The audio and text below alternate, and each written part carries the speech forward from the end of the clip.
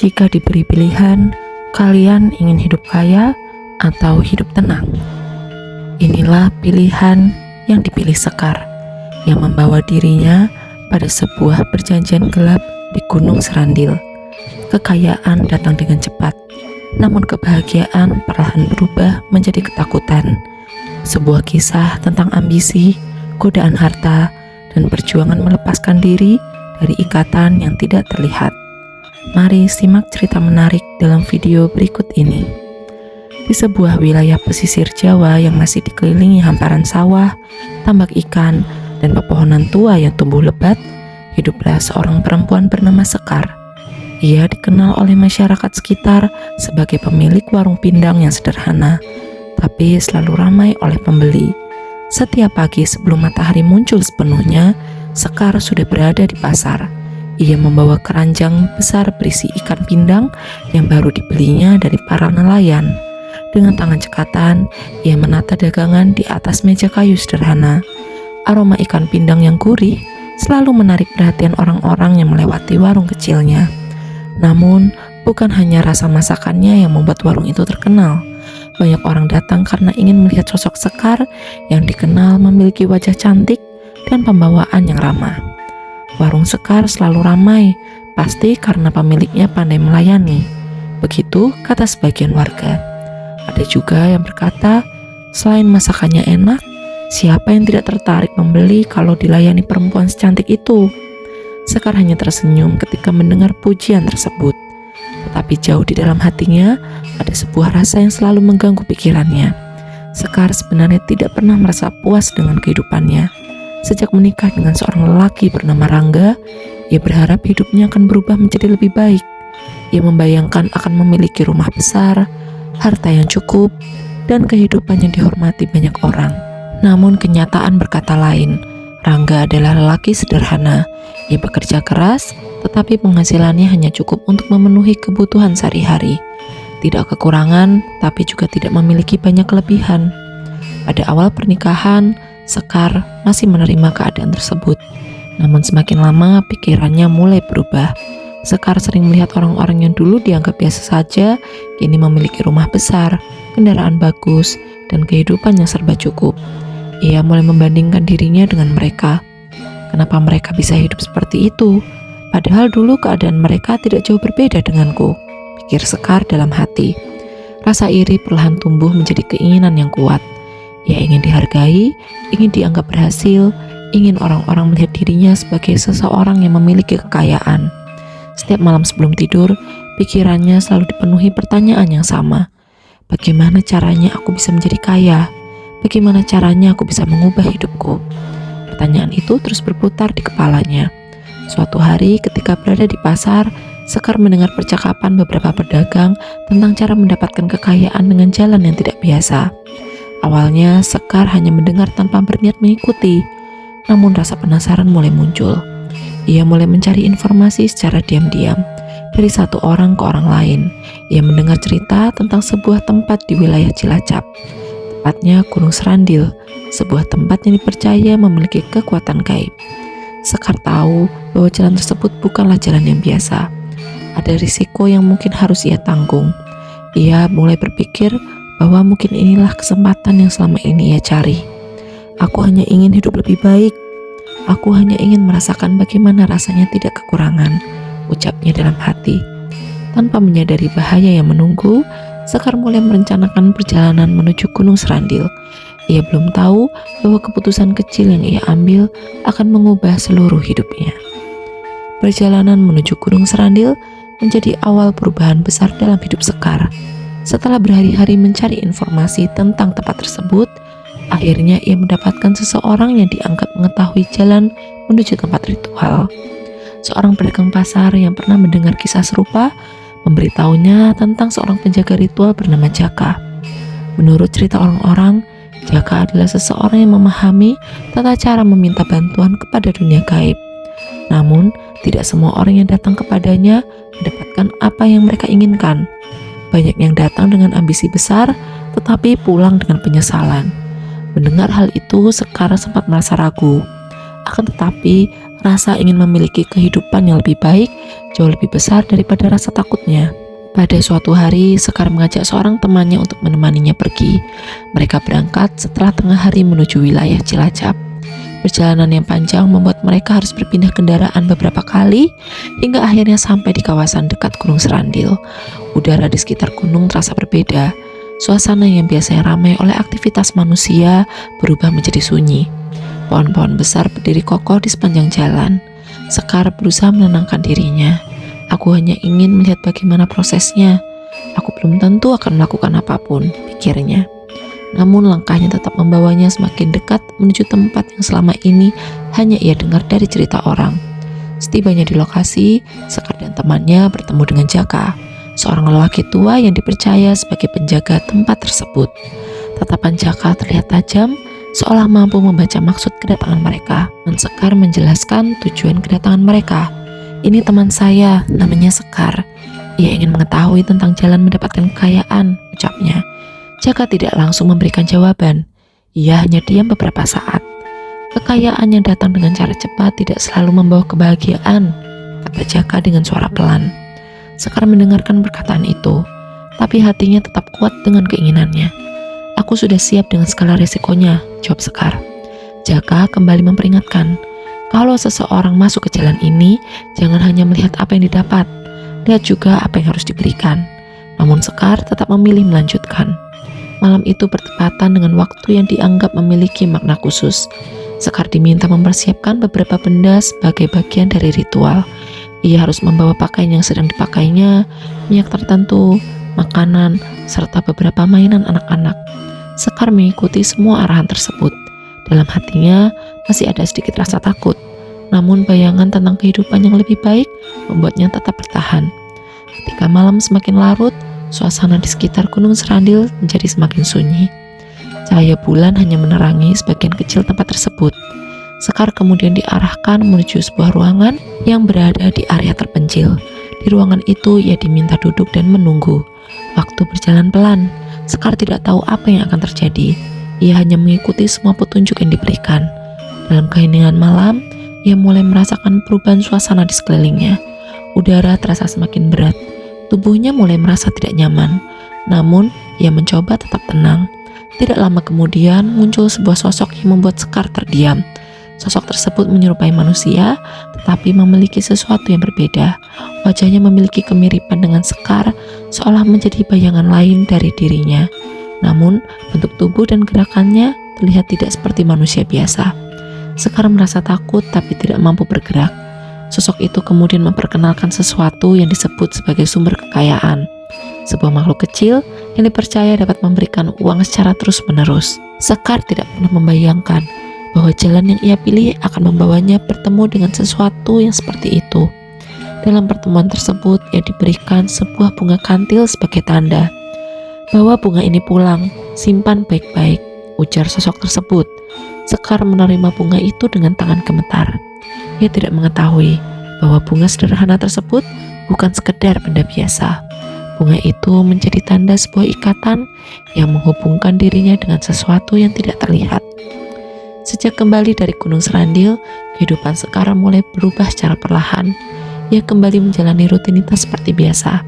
Setiap pagi, ia pergi ke pasar untuk menjual pindang. Ia tetap melayani pembeli dengan senyum yang sama, seolah tidak pernah terjadi sesuatu dalam hidupnya. Tidak ada seorang pun yang mengetahui perjalanan yang telah ia lakukan. Bagi warga sekitar, Sekar hanyalah seorang pedagang pindang yang semakin sukses. Warung kecilnya semakin ramai. Pembeli datang silih berganti. Dagangannya hampir selalu habis sebelum siang. Namun bukan hanya dari hasil jualan itulah kehidupan Sekar berubah. Suatu malam ketika ia sedang merapikan kamar, Sekar melihat sesuatu yang membuatnya terkejut. Di bawah tempat tidurnya terdapat sejumlah uang yang sebelumnya tidak pernah ia simpan. Awalnya Sekar merasa bingung. Siapa yang menaruh uang ini? Pikirnya. Ia bertanya kepada Rangga, tetapi lelaki itu juga tidak mengetahui apapun. Sekar kemudian teringat pada bunga kantil yang ia bawa dari Gunung Serandil. Ia mengambil bunga tersebut dan menyimpannya kembali. Dalam pikirannya, mulai muncul dugaan bahwa inilah hasil dari perjanjian yang pernah ia lakukan. Hari berikutnya, kejadian sama kembali terjadi. Uang kembali muncul. Hari demi hari jumlahnya makin banyak. Sekar mulai memahami bahwa kekayaan yang dijanjikan benar-benar terjadi. Tanpa harus bekerja lebih keras, ia mendapatkan uang dalam jumlah besar. Dalam satu hari, uang yang terkumpul bisa mencapai jutaan rupiah. Bagi seseorang yang selama ini hidup sederhana, jumlah tersebut terasa seperti mimpi yang menjadi kenyataan. Sekar mulai membeli berbagai kebutuhan yang selama ini hanya bisa ia bayangkan. Ia membeli rumah yang lebih besar, tanah, dan berbagai barang berharga. Kehidupannya berubah drastis dalam waktu singkat. Tapi ada aturan aneh yang harus ia jalani. Uang tersebut tidak boleh digunakan secara sembarangan. Di rumah, Sekar tidak diperbolehkan menikmati makanan mewah menggunakan uang itu. Ia hanya makan makanan sederhana seperti tempe, kerupuk, dan kecap. Jika ingin membeli sesuatu untuk dirinya sendiri, ia harus menggunakan uang dari hasil jualan. Awalnya, aturan tersebut tidak terlalu ia pikirkan. Menurutnya, yang penting ia sudah mendapatkan apa yang ia inginkan. Ia merasa telah berhasil mengubah nasib. Namun semakin lama, kehidupan Sekar mulai terasa berbeda. Rumah yang terlihat megah dari luar ternyata menyimpan suasana yang membuatnya tidak nyaman. Beberapa bagian rumah terasa dingin. Terkadang ia mendengar suara aneh pada malam hari. Benda-benda tertentu juga sering mengubah posisi tanpa ia ketahui. Sekar mencoba mengabaikan semua itu. Ia tetap menjalani kehidupannya seperti biasa. Di mata masyarakat, Sekar menjadi seseorang yang berhasil. Banyak orang mengira kesuksesannya hanya berasal dari usaha pindang yang semakin berkembang. Tidak ada yang menyangka ada sesuatu yang tersembunyi di balik kekayaannya. Bahkan Rangga tidak pernah mengetahui rahasia tersebut. Rangga hanya melihat perubahan kehidupan mereka sebagai hasil kerja keras istrinya. Ia tidak pernah bertanya lebih jauh karena Sekar selalu mengatakan bahwa usaha dagangnya sedang maju. Namun kebahagiaan yang Sekar rasakan tidak berlangsung selamanya. Selama bertahun-tahun hidup dengan kekayaan tersebut, hatinya mulai terasa kosong. Setiap hari ia memiliki uang, tetapi ketenangan semakin sulit dia dapatkan. Suatu hari dari rumah ibadah yang berada di tidak jauh dari tempat tinggalnya, terdengar ceramah tentang larangan melakukan perbuatan yang bertentangan dengan ajaran agama. Pembahasan tentang kesyirikan membuat hati Sekar bergetar. Untuk pertama kalinya, ia mulai bertanya kepada dirinya sendiri, apakah semua ini benar? Apakah kekayaan ini sepadan dengan apa yang telah ia lakukan? Pikiran tersebut terus menghantuinya. Ia mulai mengingat kembali malam ketika berada di Gunung Serandil. Ia mengingat sosok yang ditemuinya. Ia mengingat bunga kantil yang menjadi tanda ikatan. Sekar mulai menyadari bahwa selama ini ia telah mengambil jalan yang salah. 8 tahun telah berlalu sejak ia melakukan perjanjian tersebut. Selama itu pula ia menikmati kekayaan yang tidak biasa. Namun, semakin banyak harta yang ia miliki, semakin besar rasa takut yang muncul dalam dirinya. Ia mulai merasa lelah. Ia tidak lagi ingin hidup dengan rasa takut setiap hari. Untuk pertama kalinya, Sekar ingin terbebas. Ia ingin mengembalikan hidupnya seperti dulu. Ia ingin mendapatkan rezeki dengan cara yang benar. Dengan hati penuh penyesalan, Sekar mulai mencari seseorang yang dapat membantu memutus ikatan tersebut. Di rumahnya yang besar, Sekar sering duduk sendiri sambil memandangi bunga kantil yang menjadi awal dari semua kejadian. Bunga itu tidak lagi terlihat seperti tanda keberuntungan, melainkan pengingat dari kesalahan yang pernah ia lakukan. Aku ingin berhenti, aku ingin kembali hidup dengan tenang, ucap Sekar dalam hati. Namun, ia tidak tahu bagaimana cara mengakhiri perjanjian tersebut. Sekar sebenarnya sudah pernah mencoba mencari bantuan. Ia kembali mendatangi Jaka, penjaga ritual di Gunung Serandil. Ia berharap orang yang dulu membantunya bisa membatalkan semuanya. Namun, jawaban yang ia terima justru membuat hatinya semakin takut. Perjanjian itu belum selesai. Masih ada waktu yang harus kamu jalani, kata Jaka. Sekar merasa putus asa. Ia merasa terjebak dalam sesuatu yang tidak mudah dilepaskan. Hingga akhirnya seseorang mempertemukannya dengan seorang pria bernama Wira. Wira dikenal sebagai orang yang sering membantu masyarakat yang mengalami masalah batin dan spiritual. Ia tidak pernah menganggap dirinya memiliki kekuatan khusus. Baginya manusia hanya bisa berusaha, sedangkan hasil akhir tetap berada dalam kehendak Tuhan. Ketika mendengar cerita Sekar, Wira tidak langsung percaya begitu saja. Ia meminta Sekar menceritakan semua kejadian sejak awal. Sekar pun menceritakan perjalanan hidupnya, mulai dari keinginannya menjadi kaya, perjalanan ke Gunung Serandil, pertemuan dengan sosok gaib, hingga uang yang muncul setiap hari. Wira mendengarkan dengan serius. Ia melihat bahwa masalah terbesar bukan hanya tentang harta yang diperoleh, tapi tentang ikatan yang membuat Sekar sulit kembali menjalani kehidupan normal. Akhirnya Wira memutuskan untuk membantu. Ia mendatangi rumah Sekar. Ketika pertama kali masuk, Wira merasakan suasana yang berbeda. Secara fisik, rumah itu terlihat bagus. Bangunannya besar dan memiliki banyak fasilitas. Namun, suasana di dalam rumah terasa tidak nyaman. Udara terasa berat, ada bau aneh yang sulit dijelaskan. Beberapa ruangan terasa seperti menyimpan sesuatu yang tidak terlihat. Wira kemudian melihat kamar tempat Sekar menyimpan bunga kantil. Di ruangan itu, ia menemukan sisa bunga yang menjadi tanda perjanjian. Jumlahnya sudah berkurang. Sekar menjelaskan bahwa awalnya bunga tersebut berjumlah 15. Setiap tahun, satu bunga menghilang tanpa diketahui penyebabnya. Wira mulai memahami bahwa bunga tersebut berkaitan dengan batas waktu perjanjian. Ini bukan sesuatu yang boleh dibiarkan, ujar Wira.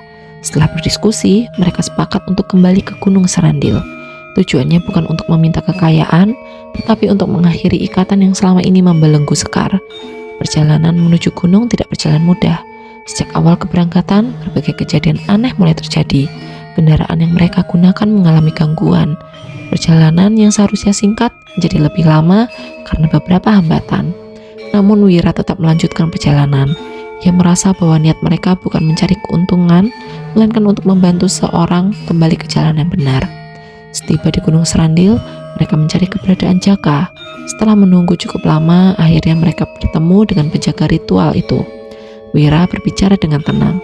Saya datang bukan untuk meminta sesuatu. Saya ingin membantu Sekar menyelesaikan masalah yang pernah terjadi di sini. Jaka terlihat tidak senang. Ia mengatakan bahwa perjanjian yang sudah dibuat tidak bisa dibatalkan begitu saja. Sekar sudah memiliki ikatan. Semua sudah berjalan sesuai aturan, jawab Jaka. Namun Wira tidak menyerah. Ia mempertanyakan mengapa seseorang tidak diberi kesempatan untuk memperbaiki kesalahannya.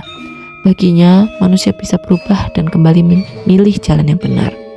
Perdebatan berlangsung cukup lama. Jaka tetap bersikeras bahwa semuanya tidak bisa diberhentikan. Akhirnya Jaka berkata bahwa jika ingin menyelesaikan masalah tersebut, Sekar harus berhadapan langsung dengan sumber perjanjian itu. Mereka kemudian diarahkan menuju sebuah ruangan tempat Sekar pertama kali bertemu dengan sosok gaib tersebut. Suasana di tempat itu terasa sangat berbeda. Sekar mulai gemetar. Kenangan malam bertahun-tahun lalu kembali muncul dalam pikirannya. Tapi kali ini ia tidak datang sebagai orang yang meminta kekayaan. Ia datang sebagai seseorang yang ingin memperbaiki kesalahan. Dalam ruangan itu, Wira berusaha meminta agar ikatan Sekar diputus. Namun jawaban yang muncul membuat suasana semakin tegang. Perjanjian tersebut masih dianggap belum selesai. Sekar masih memiliki sisa waktu yang harus dijalani. Meski begitu, Wira tetap berusaha. Ia percaya bahwa tidak ada jalan yang benar-benar tertutup bagi seseorang yang ingin berubah. Dengan doa dan keyakinan, ia berusaha mencari cara agar Sekar dapat bebas dari ikatan tersebut. Setelah perjalanan panjang menuju Gunung Serandil, Sekar mulai menyadari bahwa jalan yang ia tempuh selama ini bukanlah jalan menuju kebahagiaan. Kekayaan yang dulu menjadi impiannya justru berubah menjadi beban yang selalu menghantui pikirannya. Di hadapan sosok yang menjadi sumber perjanjian itu, Sekar hanya mampu menunduk. Tidak ada lagi kesombongan seperti saat pertama kali ia datang bertahun-tahun. Saat itu ia datang dengan keinginan mendapatkan harta sebanyak mungkin. Namun sekarang ia datang hanya dengan satu permintaan. Ia ingin terbebas. Aku tidak ingin hidup dengan semua ini. Aku ingin kembali menjalani hidup sederhana, ucap Sekar dengan suara bergetar. Namun ikatan yang telah dibuat tidak mudah untuk dilepaskan. Sosok tersebut tetap mengatakan bahwa perjanjian belum berakhir. Masih ada waktu yang tersisa sebelum ikatan itu selesai. Wira yang berada di samping Sekar tetap berusaha membantu. Ia tidak ingin Sekar terus hidup dalam ketakutan. Setelah kembali dari Gunung Serandil, Wira mulai melakukan berbagai usaha untuk membantu Sekar melepaskan dirinya dari pengaruh perjanjian itu. Sekar mulai menjalani perubahan besar dalam hidupnya. Ia mulai meninggalkan kebiasaan lama. Ia memperbanyak doa, mendekatkan diri kepada Tuhan, dan berusaha memperbaiki kehidupannya. Untuk pertama kalinya setelah bertahun-tahun, ia merasakan ketenangan. Namun, perubahan itu tidak berjalan tanpa gangguan. Setelah keputusan itu, rumah Sekar mulai mengalami banyak kejadian aneh. Suasana rumah yang sebelumnya terasa berat semakin menjadi tidak nyaman. Pada malam hari, suara-suara asing sering terdengar. Beberapa benda berpindah tanpa diketahui penyebabnya. Kamar tempat bunga kantil disimpan menjadi tempat yang paling sering mengalami gangguan. Sekar mulai takut, tapi kali ini ia tidak ingin kembali menyerah. ia tetap berusaha menjalani proses yang sudah dimulai. Pada malam tertentu, Wira kembali mengajak Sekar melakukan doa bersama. Beberapa orang yang dipercaya ikut membantu berkumpul di rumah Sekar. Di hadapan mereka, uang yang selama ini berasal dari perjanjian tersebut diletakkan. Bagi Sekar, uang itu bukan lagi simbol keberhasilan. Uang tersebut kini menjadi pengingat bahwa ia pernah mengambil jalan yang salah. Proses berjalan cukup lama. Sekar terlihat semakin lemah. Tubuhnya gemetar dan pikirannya seperti melawan sesuatu yang tidak terlihat. Namun, ia terus berusaha mengikuti doa yang dibimbing oleh Wira. Perlahan, kondisi Sekar mulai berubah. Ia merasa seperti ada beban besar yang selama ini menempel dalam dirinya mulai berkurang. Dalam proses tersebut, bunga kantil yang menjadi tanda perjanjian mulai berkurang kembali. Bunga yang selama ini menjadi simbol ikatan perlahan kehilangan kekuatannya. Sekar menangis, bukan karena takut, tapi karena merasa mendapatkan kesempatan kedua. Aku benar-benar ingin berubah, kata Sekar. Wira hanya mengingatkan bahwa perubahan terbesar bukan hanya tentang melepaskan sesuatu, tetapi tentang memperbaiki hati dan menjalani kehidupan dengan cara yang benar. Setelah kejadian itu, Sekar mencoba kembali hidup sederhana. Ia kembali fokus berdagang pindang, ia tidak lagi mengejar kekayaan besar seperti dulu. Namun beberapa waktu kemudian, kabar mengejutkan datang. Sekar mengalami kecelakaan dalam perjalanan. Berita tersebut membuat orang-orang terkejut. Tidak ada yang menyangka bahwa perempuan yang selama ini dikenal sukses harus mengalami kejadian tragis. Yang lebih mengejutkan lagi, setelah kematian Sekar, seluruh harta yang selama ini dikumpulkan tiba-tiba menghilang. Uang yang sebelumnya memenuhi tempat penyimpanan tidak ditemukan lagi. Rumahnya masih berdiri. Tanah dan beberapa benda biasa masih ada. Namun uang yang menjadi sumber kekayaan selama bertahun-tahun lenyap tanpa jejak. Ketika beberapa orang mencoba mencari tahu, mereka hanya menemukan benda-benda aneh seperti bubuk kayu dan daun kering yang tersimpan dalam beberapa wadah. Tidak ada lagi tanda dari kekayaan besar yang pernah dimiliki Sekar. Masyarakat sekitar tetap tidak mengetahui kisah sebenarnya. Bagi mereka, Sekar hanyalah seorang pedagang pindang yang pernah mengalami masa kejayaan. Mereka tidak tahu bahwa di balik kehidupan sederhana itu terdapat perjalanan panjang penuh rahasia. Wira mengambil pelajaran besar dari kejadian itu. Ia menyadari bahwa manusia seringkali tergoda oleh sesuatu yang terlihat mudah. Kekayaan, kekuasaan, dan kesuksesan memang bisa menjadi ujian terbesar bagi seseorang. Kisah Sekar mengajarkan bahwa keinginan mendapatkan kekayaan dengan cara instan dapat membawa dampak buruk bagi kehidupan. Manusia harus berhati-hati ketika menghadapi godaan harta dan kesuksesan, karena setiap pilihan memiliki konsekuensi. Kekayaan yang diperoleh melalui jalan yang salah tidak akan memberikan ketenangan hati. Keserakahan, rasa iri, dan ambisi berlebihan dapat membuat seseorang kehilangan arah. Sebaliknya, kerja keras, kesabaran, rasa syukur, dan mendekatkan diri kepada Tuhan adalah jalan yang lebih baik untuk mencapai kehidupan yang berkah. Setiap manusia masih memiliki kesempatan untuk memperbaiki kesalahan dan kembali memilih jalan yang benar. Terima kasih.